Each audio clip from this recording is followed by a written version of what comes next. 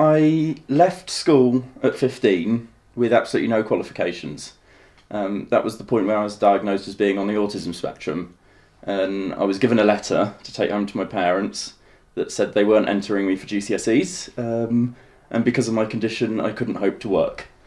I saw that more as a challenge than anything, and I went and got some MVQs with a modern apprenticeship scheme, and went and got a job at Tesco's in the bakery. That lasted about 2 weeks. I found someone would come up and say, "Okay, go and get this out of the oven." And as I was doing that, someone else would come along and go, "Why are you doing that? You should be mopping the floor."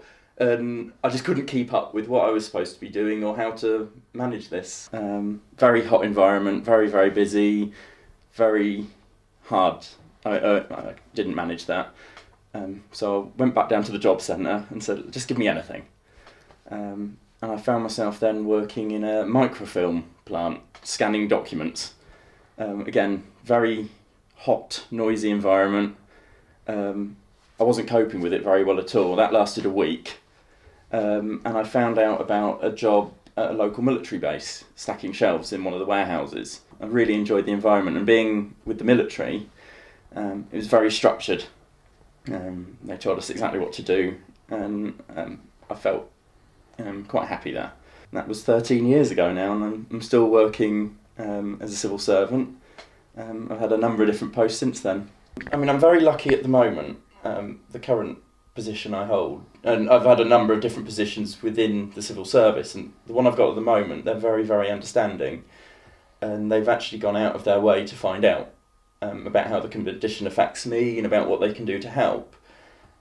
My previous position, unfortunately, my line manager turned around and said, "You can't possibly be on the autism spectrum because you can talk."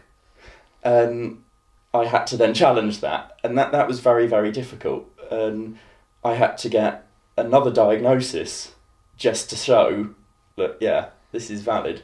And I find quite often I feel very very conscious of how I'm putting myself across and how I'm talking about the condition, because it quite often comes across as though it can be talked about in a way that maybe a physical disability can't be. For instance, at work, I had a colleague who was off quite long term with a physical disability, and it wasn't questioned, it wasn't talked about beyond the factual, what can we do to help you, when he returned. Whereas for me, I can go in and, I mean, once I was asked, "Oh, you had a bad day yesterday, what did you do in the evening? Did you go out and see any of your friends? Maybe you should spend more time at home and not socialise," and that kind of thing, I think, just wouldn't happen if it was physical, which is definitely very tiring.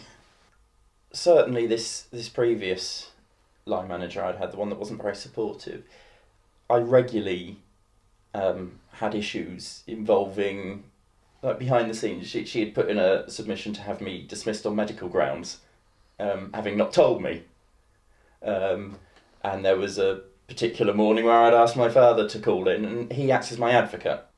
And I'd asked him to phone in to say I was going to be a few minutes late because I was stuck in traffic, and immediately got hauled up and told that I shouldn't do that.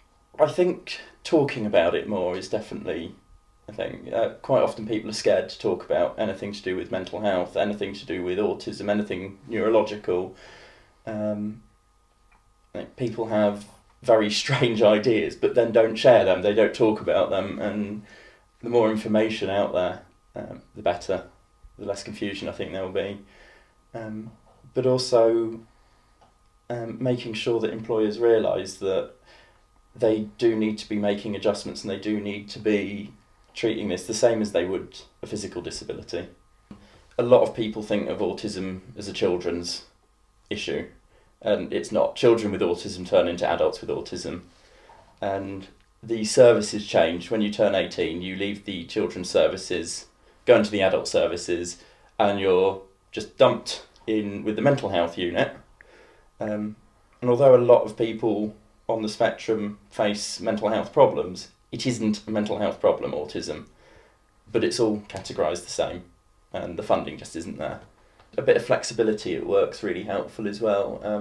I've got an arrangement with my management that if I need a timeout, I can just say, look, I'm going to go and have a cuppa and have no questions. As long as I'm doing my work, as long as my output's there at the end of the day, I can go and have 5-10 minutes just to calm myself down or gather my thoughts. It's good to maybe open communication with your management. Don't be scared about how they're going to react, because more times than not, people are quite receptive and people are very, very helpful when they understand the issues. I mean, I wouldn't recommend shouting it out to literally everybody in the department, but choosing someone in the line management chain, and if not your line manager, the person above, the head of department even, and having a private chat, I'd strongly recommend. The problems I faced in my last job where my line manager didn't understand, a lot of it stemmed from the fact I hadn't disclosed it beforehand. The position I've got now, I actually disclosed it before interview. I made a pre-visit and I was just completely open, and I said, look, this is my situation and I've come to see you just to see what the environment's like. And they were already on board when I had the interview. And it's something people are beginning to talk about an awful lot more now.